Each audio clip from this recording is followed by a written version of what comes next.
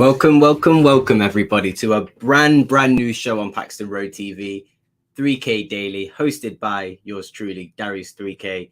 And you know what? I thought with a bit of time on my hands, we could discuss a few extra things about Tottenham, maybe transfers, maybe news that we've heard from, a lot of our sources, a lot of things that we can discuss about Tottenham because, the news seems to constantly be flowing. So I thought, let's not waste any time. Let's fill the people, the Paxton people, with as much information as possible. And yeah, let's get your opinions on it. And obviously, I'd love to hear from you guys. And hopefully, I can give my opinion. You guys can tell me if I'm right or wrong. I'm not fussed if I'm wrong. But yeah, hopefully, we can. This show can really be a little bit of a space for people to just talk, get what you want off your mind. If you join us live, I'd love that. If you are with us live, thank you very much. Please like and subscribe. And if you want to watch us when we've finished, because it won't be a long video, then obviously please like and subscribe as well. Hit that notification bell if you do. Subscribe to Paxton Road. Follow us on Twitter and do all that good stuff for us. But I'm not going to waste too much time. It's a quick intro because it's going to be a quick show and I don't want to waste too much time. We'll say hello to Sean. Big up yourself. Big up yourself. Thank you very much. And big up the hottest Spur. I'm not going to say too much on that. Paqueta, Madison, Zaniolo, and embarrassment of riches with these options. You know what? We're going to talk about that. As you know, the title of the show says, what makes this window perfect? And I guess transfers have a big impact on that. Obviously, the transfer window is a transfer window, but there are other things that you can do to make the window perfect. And we'll discuss those things, but we'll get the big one out of the way, which is the transfers, as obviously says by the window. So I'll bring this up and we can discuss very slowly what I've got here. So we have basically two lineups for Tottenham Hotspur in a 3-4-3 position that we play. On the left-hand side is what I am going to suggest maybe could be the starting 11 versus Southampton, give or take potentially, a couple players. Spence maybe might not start. Basuma might not start. Bentancur might not start. So, but this is what I think could be, definitely a potential starting lineup for Spurs. And then on the right-hand side, we've got sort of the players like for like in their positions on the bench, shall I say, the second squad, as you'd call it.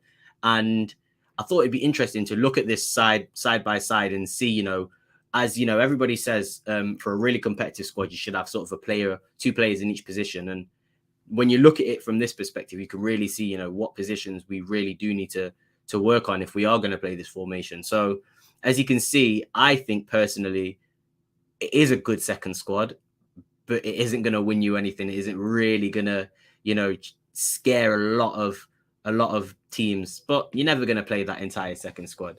So if you would like to in the comments, let me know who you think we can improve on that second side, on that right-hand side. Please let me know. This is who I personally think we could improve on. As I say here, Lucas, Gil, and Tanganga, for me, are the standouts that aren't, I wouldn't say that they're bad players, definitely not bad players, but for the level that we want to be at, I don't consider these players that level. And it's not to say that, players like Tanganga and Gil couldn't reach that, level and play for Tottenham Hotspur. But at this current time, I don't think they are good enough. And will they get the minutes as well? I don't think Conte really sees himself giving those guys minutes, which is why he's recommended them going on loan. So yeah, for Gil and Tanganga, I think it's more of a loan move and potentially, if there's an option to buy, you do sort of accept that and take it.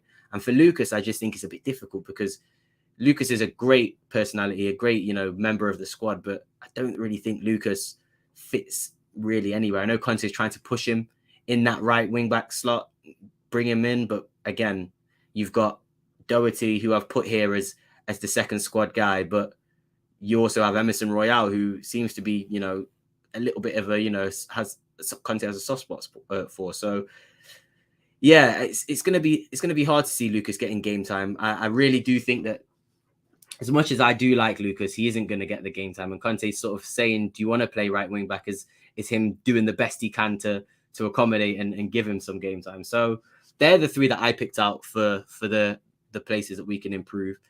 And I would love to see how we can improve that.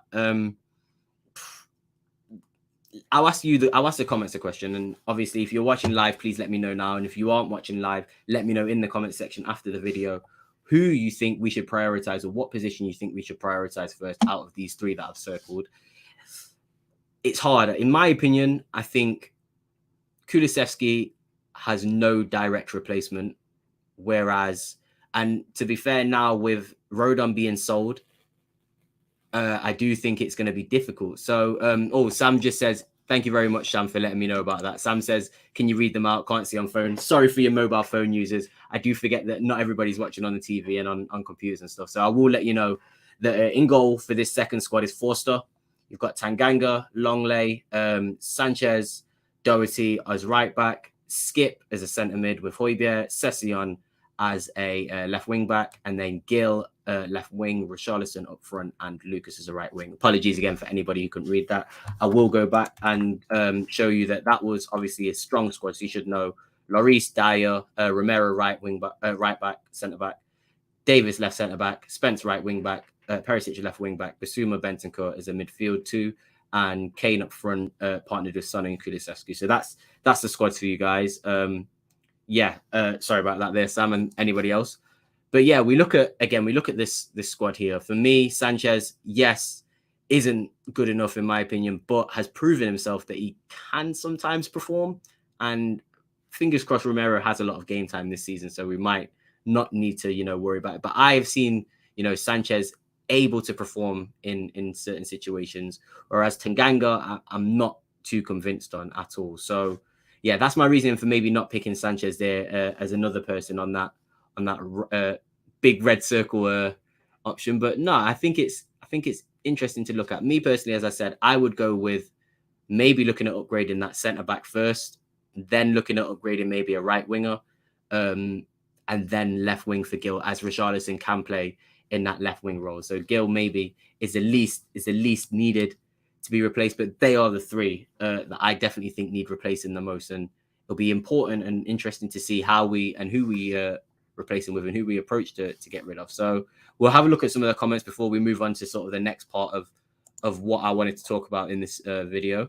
Let's see what people are saying. Sam, Spurs for life. Hit that like button, please hit that like button, everybody. Zaniolo's a player. Zaniolo's a very good player. We will talk about that in a minute, about another position that we might need to, we might not need to replace him necessarily, but we might just need to buy a position for. Davinson, the defender, you was with us yesterday with Kieran and Jack on Flat Cap. Big up yourself, big up, and I hope you are the real Davinson. If you was, then that would make my dream. Sam says, yes, Davinson, stay away from left centre back. Says we need to ship them ASAP. Tanganga has to go. I agree with you, Davinson. Gill is not built for the league. I also agree with you. I think he doesn't seem like, a bit like me, can eat as much as you want, never going to put on that weight. Big up Derek, always with us in the comments. Big up yourself.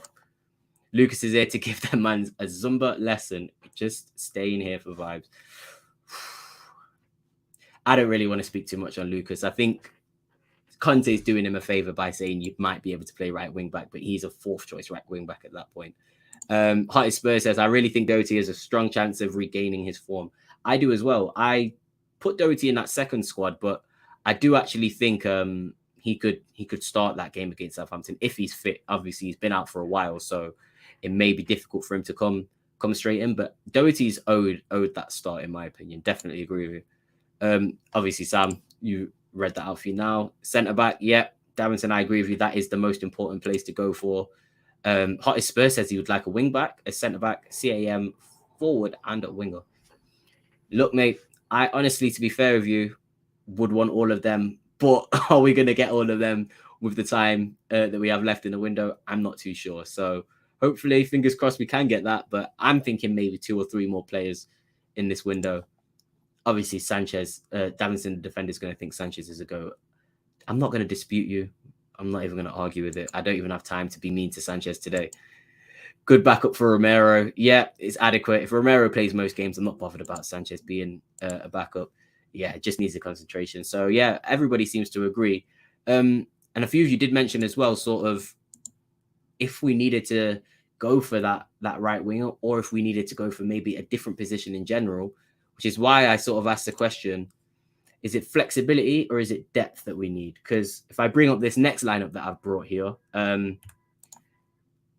we could be able to play a different position, a different formation, should I say. And if we do play a different formation, we won't need to upgrade necessarily. We'll need to buy a completely new player to fill that number 10 role in. So yeah, here's looking at this squad, and I'll go through it really quickly. Obviously, if you can't hear, it's similar, pretty much the same as the first team one. Lloris, Dyer, Davis, Romero, Perisic, Basuma, Bentancur, and Spence along that line. And then obviously we've got spare here for a number 10 with Son and Kane just ahead of them.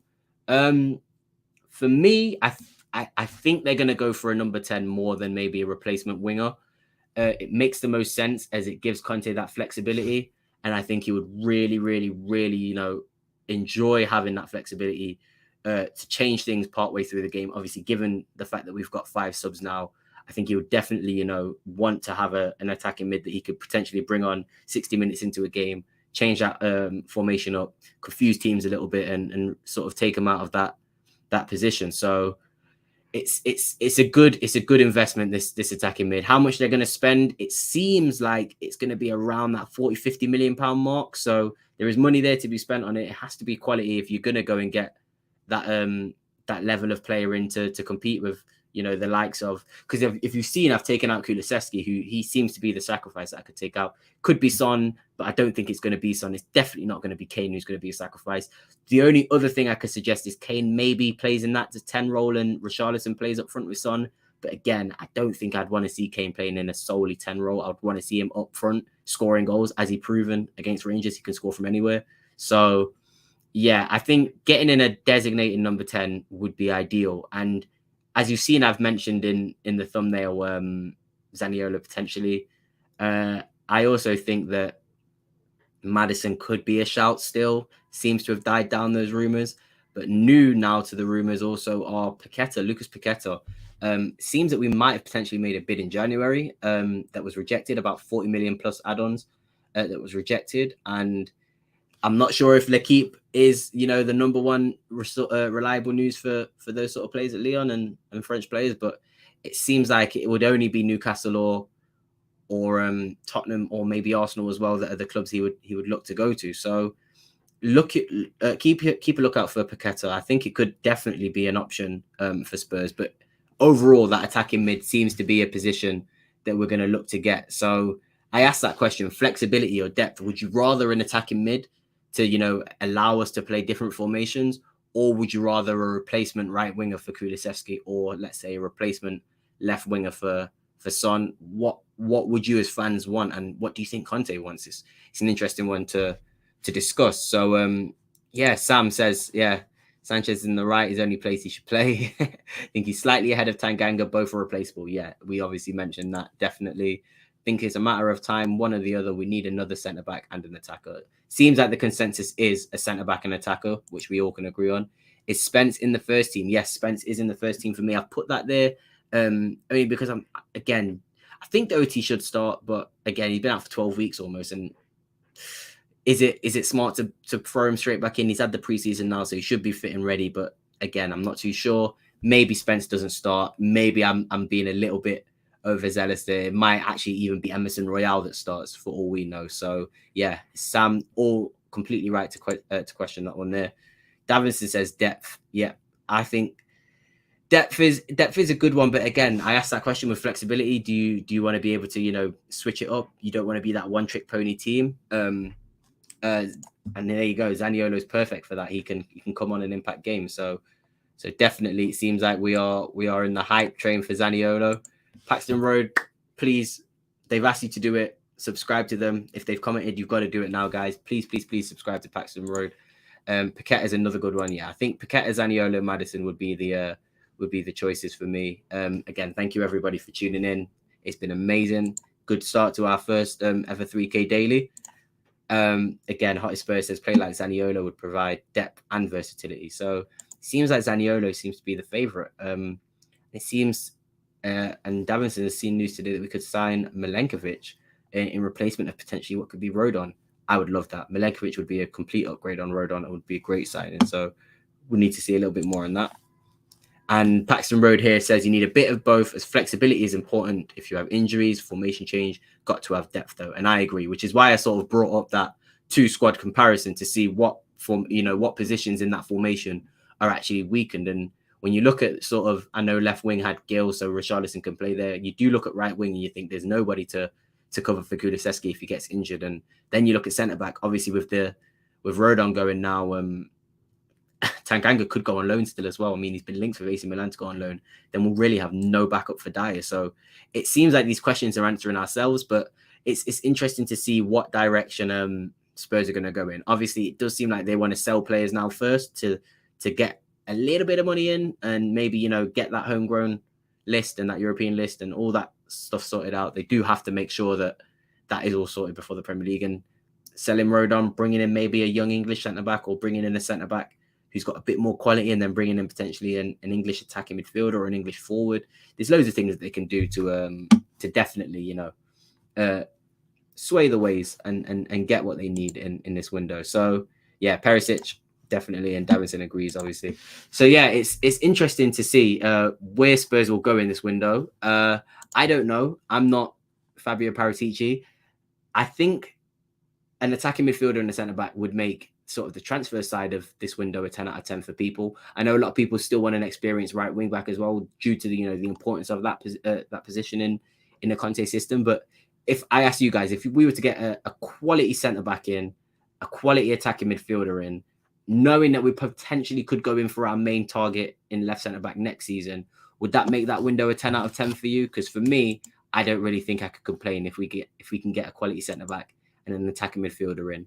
And the only other thing I wanted to suggest that could make this window a 10, had we not get those signings in, are contract renewals. There's a few players. I'd say there's one player in particular that everybody's sort of just waiting to sign a contract. And let's not beat around the bush. Harry Kane has got 2 years left on his deal. He's obviously tried to force his way out of the club last year. Wasn't successful. Almost basically didn't want to play for the club for the first half of the season, proven that in his numbers, in the way he performed. And as Conte came in and stuff started to, sort itself out, and he started to see a vision and a bit of a light at the end of the tunnel, I think Harry Kane's turned himself around, and I think he'll be convinced to sign a contract now, if, given the right money to show his importance to the club. It's not going to be a cheap contract, I'll tell you that. And if you do want Harry Kane to stay, I think he's at that stage where you have to offer him what he wants. And if you don't want to, then you can't really get angry if you sell him, because he has done everything he can and he does deserve to, go and win a trophy and do that. But I want him to win a trophy at Spurs. So if we can offer him that money and we can offer him that, that persuasion of, yes, you're going to become the main guy in a team that potentially could win this league, and Conte is going to stay as well, then yeah, I think Harry Kane will sign a contract. And you see me mention there Antonio Conte. I think that has a massive factor to whether Harry Kane signs a contract. I think if Conte signs a contract, Kane is going to feel a lot more obliged and inclined to sign a contract, knowing that I think the success with Tottenham does come with if Conte stays on. I don't think that's a bad thing to say. The success for Tottenham could come in years' time. We may not know what happens to Tottenham after Conte, but at this current state of play, if we have Conte in our sort of managerial position, the chances of us winning a trophy and the chances of us being a successful club is much, much higher, in my opinion. So Conte and Kane are hand in hand, in my opinion. We have to please one just as much as we please the other. So Conte seems happy. Hopefully tomorrow we can discuss, some of the things he said in that press conference, Antonio Conte. I do want to, discuss those things because it's very exciting what he said, but I'm not going to talk about it now because that is maybe going to be the topic for our show tomorrow. But yeah, Conte and Kane signing contracts, I think, is just as important as, signing this centre back and signing this attacker midfielder. If you can tie those two down, those important cogs in our system, in our club, then I think the success follows behind. So thank you very much, everyone. We'll sort of get into the final ends of the comments about what we just discussed, and then we're going to sort of wrap up and yeah, please make sure that you keep your eyes open for tomorrow's show, because it could not be it might not be a transfer show. It may be something completely different. We may get news today that could completely change, the way our season goes. We may get fresh news about the club, investments, potential stadium stadium naming rights. There's so many things we could potentially talk about. So let's have a look at what people are saying about, you know, this final section. Big up Crocodux. He says he feels that wing backs need strengthening, but it seems that the plan is to use Perisic to help develop the youngsters we have. Hopefully the plan works. I agree. I think wing backs is the most important position, which is why he's sort of stocked up so heavily, and he's not really. I would say he's reluctant to sell these wing backs. I mean, everybody's crying for Emerson to leave, but I think there's a reason why we've almost got 4 right wing backs and potentially 3 still on the book, 3 left wing backs still on the books for Tottenham, because they are so important. So I agree with you there, Crocodiles, and big up. Thank you for joining us. Sam says Harry Kane will sign when/if Conte signs. As we discussed, they are a bit of a tandem, those two. I think if Conte commits his long-term future to the club, then Kane, I think, will also do the same. Davinson, the defender, says same, agrees. Tyrone Mings just been stripped of his captaincy. 29 left-footed centre-back proven. 25 million, great move and setup for him. My opinion, Dinosaur on Tyrone Mings may be different to a lot of people's. I think he is a decent player. I think that's all I can really give him. I've seen Tyrone Mings make a lot of mistakes. And as a backup, I think that would be okay for us if we really needed a left centre-back backup. But Longley for me is way better than Tyrone Mings. The English homegrown side of things may have a factor, but I think we've got a better player in Longley, to be honest with you. But thank you very much for your comment. If Harry Kane signs, if Conte signs, we all agree with that, obviously. Big up Kuva. Says the dire replacement, Zaniolo and 1 or 2 wing backs, and then sell all the dross. And we've had the first 10 out of 10 window in your lifetime and my lifetime too. We have Conte, and now is the time. The quad is on. That's why I love Kuva99 so much. Kuva's the best. He has the enthusiasm of, you know what? I'm going to liken it to Deji at the moment. Deji's got that same enthusiasm. He will make you believe that quad is on. And you know what? I'm not going to say anything. Like I said, I'm not saying anything until that first whistle blows of the season. And then we can say, you know, how serious we're going to be coming into this next season. But yeah, I do agree with you. Dyer, like I said, centre-back coming in, attacking midfielder, and then, you know, maybe a more experienced right wing back could make this window a 10 out of 10. In my opinion, it would be a 10 out of 10. Even if we didn't get, the wing back and we got, Dyer and Zaniolo and then maybe Kane and Conte signing contracts, that again is a 10 out of 10 for me. So yeah, big up yourself, Kuva. Thank you for joining us. And Crocodile says he expect them to sign together, if anything. They would be, you'd see that Tottenham admin put some sort of video up. It'd be them two walking like down Tottenham Hotspur, wherever it is. They'd be doing it together. Be like, we're delighted to announce it. Yeah, they both do it together. The videos of them together, 100%. Mings is Sanchez with mini dreads. Oh, Sam. Yeah, a few people don't want Mings. I'm not a fan of Mings either, to be fair. Much better lineup than last season. Think we'll see Longley left centre back. I actually think we also might see Longley a lot more than people expect at left centre back as well. So yeah, keep an eye out for that one. That's why I put him in that starting 11, because just the way he distributes the ball I think is what Conte wants. And Ben Davies was incredible last season. Was absolutely incredible. He should obviously probably start, but Longley looks like a Conte-esque centre back, and I think he could get that confidence back into him, and he could be playing like that Sevilla Longley from a few years ago. So yeah, but thank you very much, guys. As Sam says, Sam Spurs for Life says, smash this like button. Please subscribe to Paxton Road. We do need your help. We do love your help. We do appreciate your help, and it goes a long way for us all here. Jody, Sam, Sid, Mike, Deji, Hotspur, Hurley, Sean. We can all, appreciate a like or two from you. Thank you very much, Sam. Hopefully you did enjoy the show, everyone. If you did, then a like really does show that you did enjoy it. Any comments, after the show in the comment section, please put that in. Thank you for contributing during the show as well. It's helped. I don't want to talk, to myself for the whole show. So it's good to bounce off you guys in the comments. Hopefully you'll be back again tomorrow to discuss our next topic. I'm not really sure on what it's going to be, but, it will be fun and it will be Spurs related. So I should hopefully see you all there. Thank you very much, Davinson the Defender. Big up Paxton Road and big up yourself. Guys, if you do want to see any other Paxton Road videos, please, you know where to go.